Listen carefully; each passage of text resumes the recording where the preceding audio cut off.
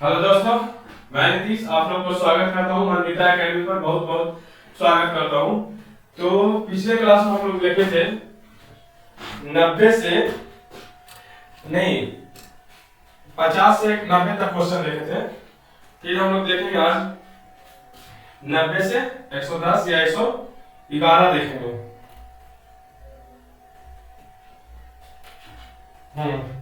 90 से 110 देखेंगे।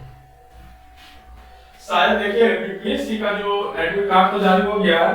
जो मेरा सेंटर है, मेरे भाई का सेंटर अररिया है, मेरा सेंटर कटिहार है। अभी एक तरह का प्रोटेस्ट चल रहा है, आंदोलन चल रहा है। उसमें नॉर्मलाइजेशन करने के लिए एक या नहीं दो या 3 डेट में एग्जाम होगा, ज्यादा बच्चा होगा तो अब उसके रिगार्डिंग कोई अभी एक मैं देख रहा था न्यूज, तो उसमें लिखा हुआ था कि वो उसका 70 में लागू नहीं होगा, अगले वर्ष से लागू होगा। लेकिन बीपीएससी का जो नोटिफिकेशन आया था उसमें साफ लिखा गया था कि एग्जाम एक बार नहीं 2-3 पीरियड में होगा और अलग अलग डेटों में शायद होगा। तो उसमें तो किया जाएगा, नॉर्मलाइजेशन किया जाएगा। लेकिन फिर मैं एक न्यूज देख रहा था, उसमें बोला जा रहा था कि 70 में लागू नहीं होगा, जो होगा जो होगा। बाकी एग्जाम तो 13 को होगा। एग्जाम 13 तक, जहां तक हमें लगा, मैं ज्यादातर न्यूज नहीं देख रहा हूँ, तो 13 तारीख को शायद एग्जाम होगा क्योंकि एडमिट कार्ड जारी हो गया। तो चलिए हम लोग देखते हैं क्वेश्चन नंबर 90 से 110 तक। चलिए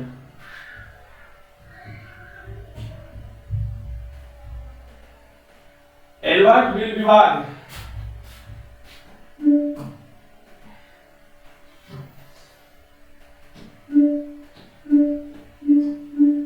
बोला कि एडवर्ड विल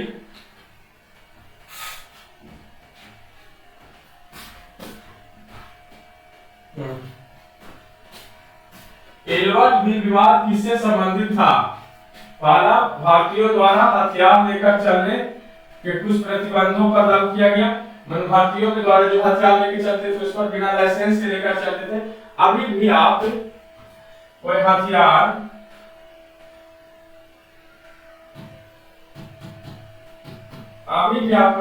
लेकर चलते हैं तो पुलिस आपको अभी भी अरेस्ट कर लेगा। लेकिन आप लाइसेंस ही आपके पास है,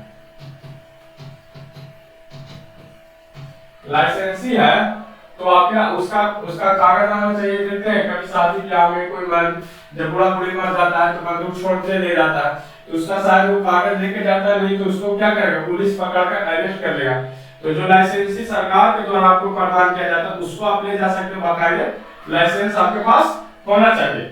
तो वही कारण हथियार लेकर चलने पर प्रतिबंध भी, भारत भाषाओं में प्रकाशित होने वाले समाचार पत्रों और पत्रिकाओं पर प्रतिबंध लागू किया जाना या यूरोप के लोगों के मामलों की सुनवाई करने के लिए भारतीय न्यायाधीशों पर लगाई गई अयोग्यताओं को हटाया जाना या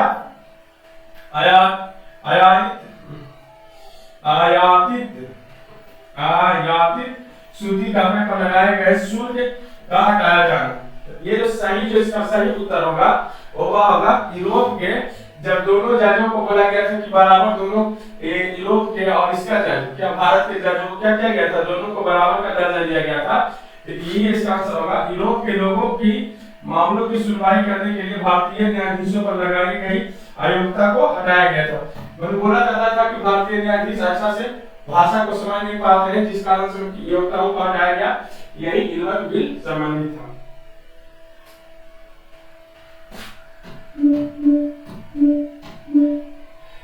किसकी पदावधि में महिलाओं तथा बच्चों की कार्य अवधि को घंटों को सीमित करने तथा स्थानीय शासन को आवश्यक नियम बनाने के लिए प्राधिकृत करने के लिए प्रथम फैक्ट्री अधिनियम किया गया था? ये सब भाई लॉर्ड रिपन को ही भारत का सबसे उदारवादी गवर्नर माना जाता है। इसी ने क्या किया कि 6 साल से कम उम्र के बच्चे यदि काम करेंगे तो कानूनन कार्रवाई होगा, और 7 से 14 वर्ष के बच्चों को 9 वर्ष तक ही काम करना चाहिए, और उनको 5 घंटा घटा दिया गया, 9 घंटा काम करना चाहिए। और क्या किया गया, उनकी सुविधाओं के लिए अच्छा ध्यान दिया गया। यदि बीमार पड़ते हैं तो उनको दिखाने के लिए मेडिकल सुविधा दिया गया, और क्या उनकी सप्ताह में शायद छुट्टी किया गया। इसी तरह से रिपन ये सब काम किया था। तो उस समय भारत का गवर्नर कौन था? वायसराय रिपन था।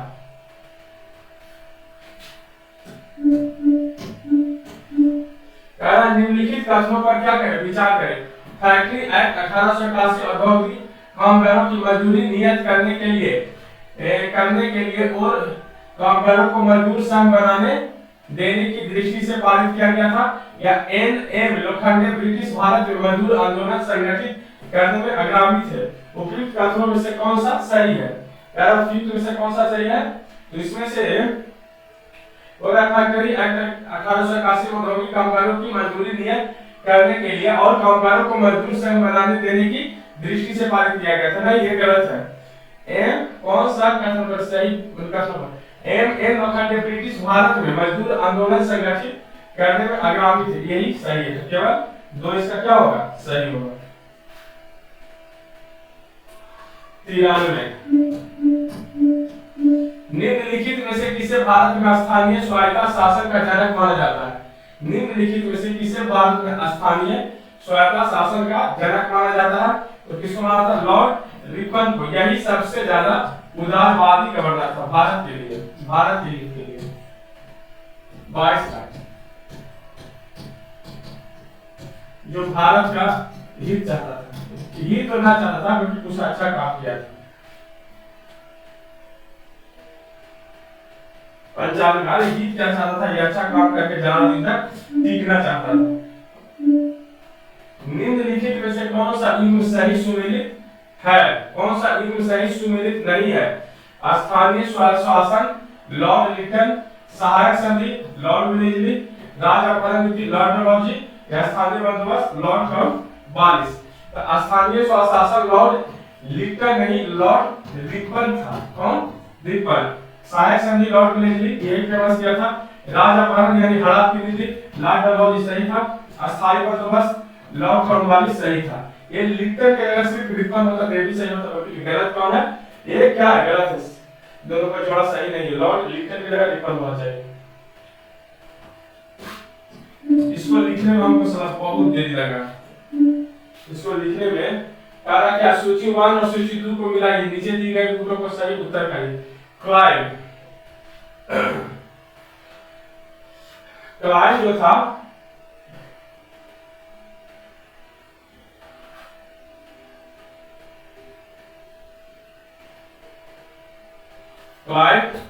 बंगाल में दोहरा शासन, कर्जन बंगाल विभाजन, मैकॉप प्रेस पर रोक हटाना, और बैंटिंग अंग्रेजी शिक्षा।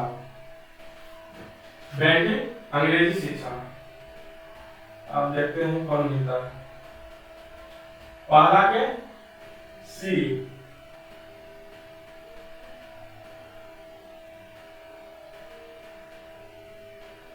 पहला के सी, दूसरा के डी, पहला ही मिल रहा। जानते हैं लंबा हुआ था ना ये वाला, तो यहाँ आ गया है, तो यही होगा। ये हमको लिखने में भी गलत हुआ, इसका सही उत्तर होगा। देखिए मैं लिख देता हूँ। पहला के क्लाइव यानी सी, दूसरा के ब्रेंटिंग यानी डी, तीसरा के मैकॉप ए, और चौथा के कर्जन यानी बी। यही इसका आंसर होगा। यही क्या होगा? आंसर होगा इसका।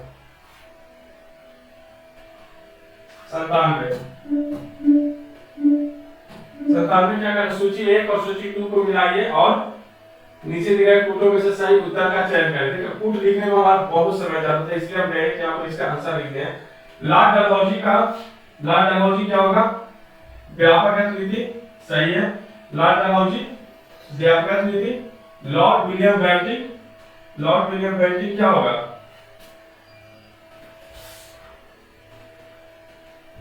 सती प्रथा। लॉर्ड रिपन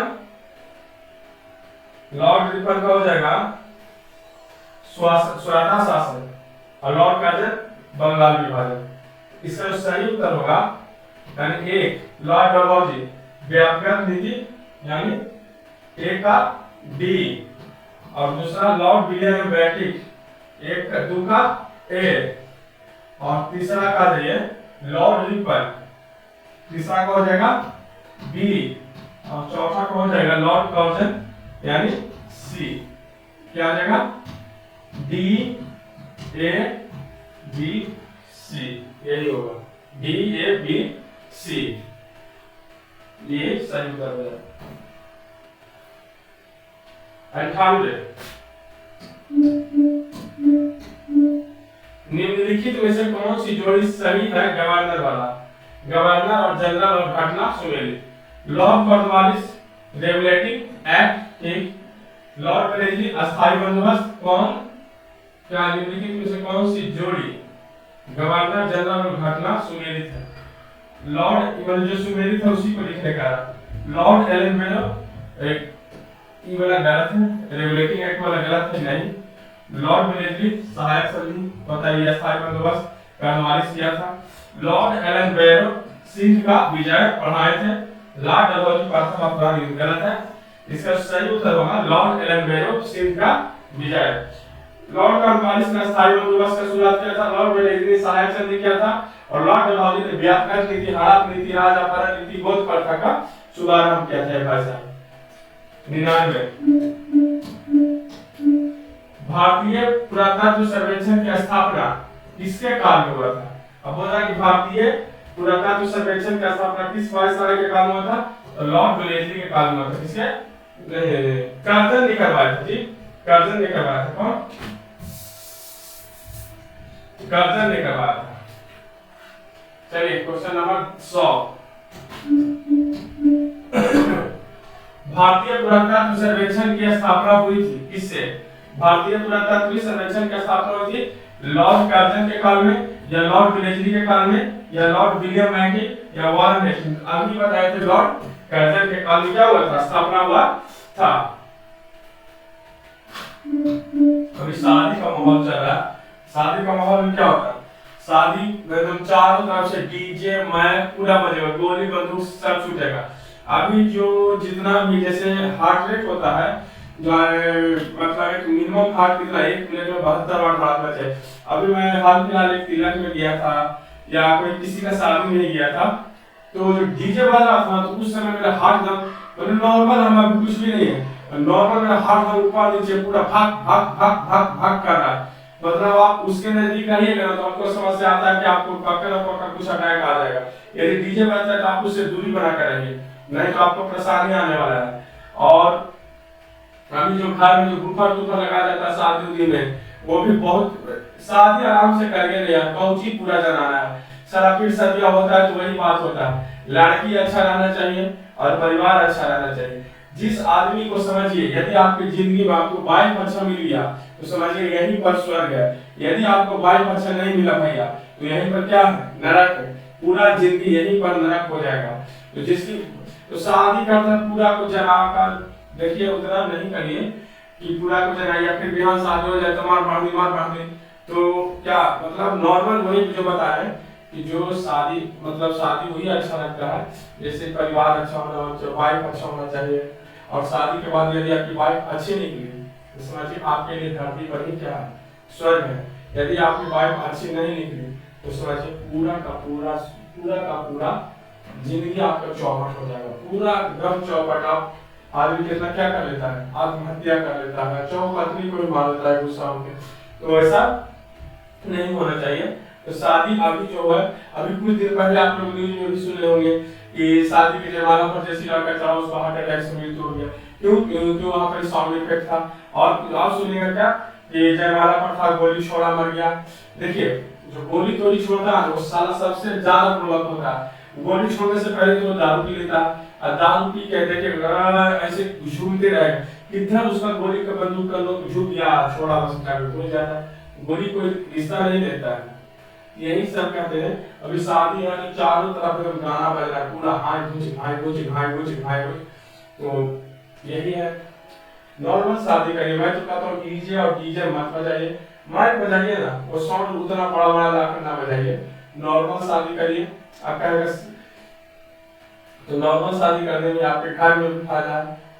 हम लोग सराय को पेड़ लगाते हैं क्योंकि विश्व पर्यावरण दिवस की प्रदूषण ना होना चाहिए। आप पूरा प्रदूषण पूरा लगन में कर देते हैं, दिवाली में कर देते हैं, दीपावली में कर देते हैं, सिर्फ नाम के कि प्रदूषण का थी विश्व पर्यावरण दिवस में जाके वो पेड़ लगा देगा बस हो जाएगा। तो आदमी को भी समझना चाहिए आने वाले हमारी पीढ़ियों के लिए कम से कम कुछ तो छोड़िएगा, इतना गंदा कर दीजिएगा तो बेचारा पैदा लेगा ही मर जाएगा।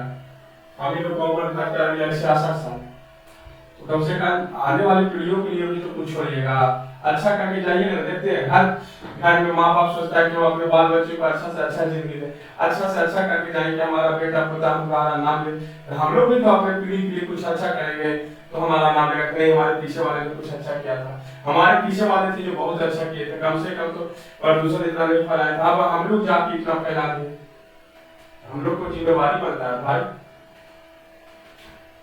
चल निम्नलिखित में से किसने पुरातत्व सर्वेक्षण विभाग की स्थापना की थी? किसने किया था? मेयो था। क्या कर रहा था? 1871 ईस्वी में पुरातत्व सर्वेक्षण विभाग बनाया गया। उस समय गवर्नर अर्ल ऑफ मेयो थे जो duke of Argyll secretary of state थे।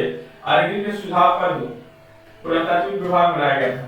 यही बोला इसमें देखिए मेयो था, कौन? मेयो।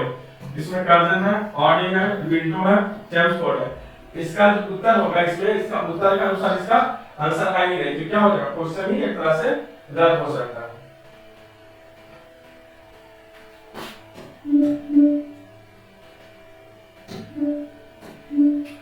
प्राचीन स्मारक एवं संरक्षण एक्ट किस गवर्नर जनरल के कार्यकाल में पारित हुआ? बोला प्राचीन लॉर्ड कर्जन के समय में क्या हुआ था? पारित हुआ था। लॉर्ड कर्जन के समय में पारित हुआ था। क्वेश्चन नंबर 103, भारत में कर्जन के प्रशासन की तुलना औरंगजेब से किसने की थी? भारत में कर्जन के प्रशासन की तुलना औरंगजेब से किसने किया था? जी के गोयल। कौन? जी के गोयल ने औरंगजेब से तुलना किया। औरंगजेब के बारे में बोला जाता है कि औरंगजेब बहुत एक तरह से क्रूर व्यक्ति था, मंदिरों को तोड़ा था, कहीं कहीं उसका एक दिया जाता है कि मंदिरों को दान दिया था, लेकिन ज्यादातर जो था उसने मंदिरों को तोड़ा ही था। इसलिए कर्जन का तुलना किससे किया जाता है? औरंगजेब से किया जाता है। औरंगजेब ने जो बंगाल विभाजन किया था उसमें बहुत ही अत्याचार किया था, इसलिए इसका तुलना किससे किया जाता है? औरंगजेब से किया जाता है।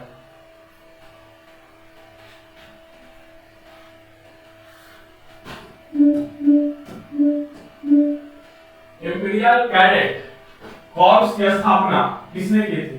इंपीरियल कैडेट कॉर्प्स की स्थापना किसने की थी? Lord Vento, Linton, Curzon, Ripon या एक से अधिक।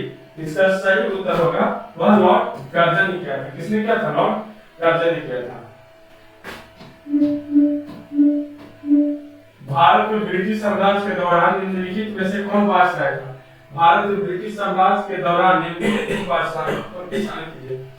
भारत में ब्रिटिश साम्राज्य के दौरान निम्नलिखित बादशाहों को विचार करें। कालक्रम के अनुसार उपयुक्त की पदार्थ का सही कालक्रम के अनुसार सजाएं।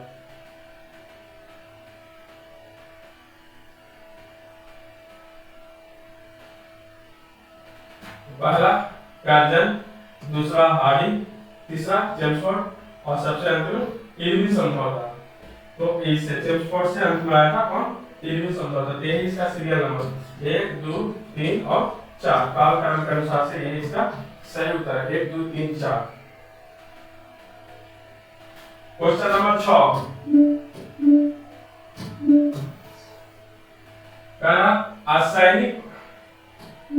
असैनिक प्रशासन 1905 के संदर्भ में कौन सा कथन सही है?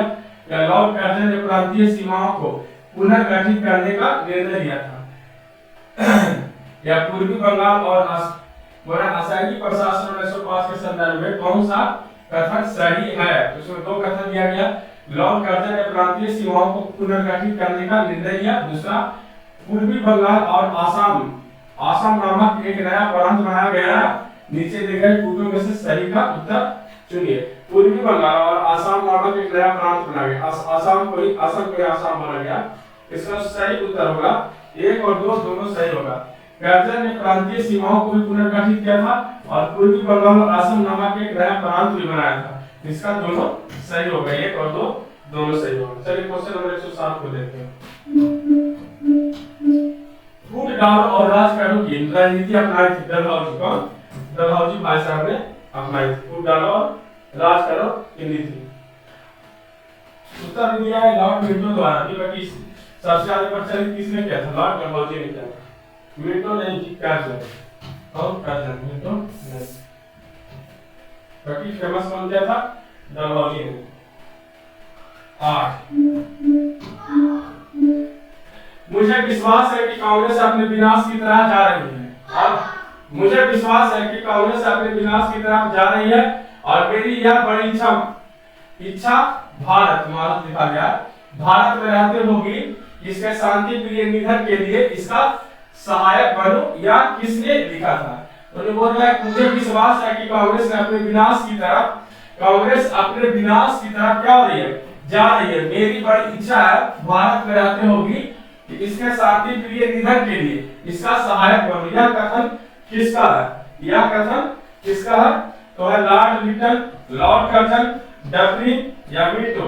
इसका सही उत्तर होगा वह लॉर्ड कर्जन ने ये बात बोला था। कौन? लॉर्ड कर्जन ने बोला था। इनमें से किस गवर्नर जनरल ने सबसे पहले पृथक निर्वाचन मंडल की व्यवस्था मुसलमानों को जीतने व उन्हें कांग्रेस के विरुद्ध करने के लिए इस्तेमाल किया था? उन्होंने बोला कि कौन गवर्नर जनरल था जिसने पृथक निर्वाचन मंडल की व्यवस्था किया और मुसलमानों को जीतने व उन्हें कांग्रेस के विरुद्ध करने के लिए इस्तेमाल किया था? तो वह लॉर्ड मिंटो था। मिंटो जो था वही क्या किया था? मुसलमानों को पृथक निर्वाचन मंडल की व्यवस्था करवाया और मुसलमान को जीतने और उन्हें कांग्रेस से के विरुद्ध करने का इस्तेमाल किया। चलिए क्वेश्चन नंबर 110 को देखते हैं। निम्नलिखित में से कौन भारत का एकमात्र यहूदी वायसराय था? यहूदी वायसराय कौन था? यहूदी कहने के मतलब जिसको हिटलर ने क्या करवा दिया था, मरवा दिया था, तो वह कौन था? Lord reading. ये सब में से ऐसा ब्रिटिश था, यहूदी नहीं था। कौन था? Lord reading. तो चलिए हमारा वायसराय, गवर्नर जनरल ये सब और ईस्ट इंडिया कंपनी हमारा पूरा खत्म हो गया। ऑब्जेक्टिव और सब्जेक्टिव दोनों खत्म हो गया। तो चलिए फिर हम इसके आगे बढ़ेंगे, लेकिन इसके बीच में हम लोग कुछ करंट अफेयर का एक वीडियो डालेंगे जो आपके लिए नदी उदी वाला होगा, जो मैपिंग से रिलेटेड होगा, जिला वाला से जो रिलेटेड होगा, उसका एक वीडियो बनाकर डाल देंगे। उससे आपको देखना होगा तो देख लीजिएगा, जो आपके लिए फायदेमंद होगा। फिर हम लोग भूगोल को भी देखेंगे, जो भूगोल आएगा उसको भी देखेंगे। तो आप लोग वीडियो को ज्यादा से ज्यादा लाइक करें, शेयर करें, सब्सक्राइब करें। यदि आप लोग चैनल पर नए हैं तो चैनल को सब्सक्राइब कर लें और बेल आइकन को दबा दें। फिर हम लोग एक अगले वीडियो में मिलते हैं। तब तक के लिए जय हिंद, वंदे मातरम, राधे राधे।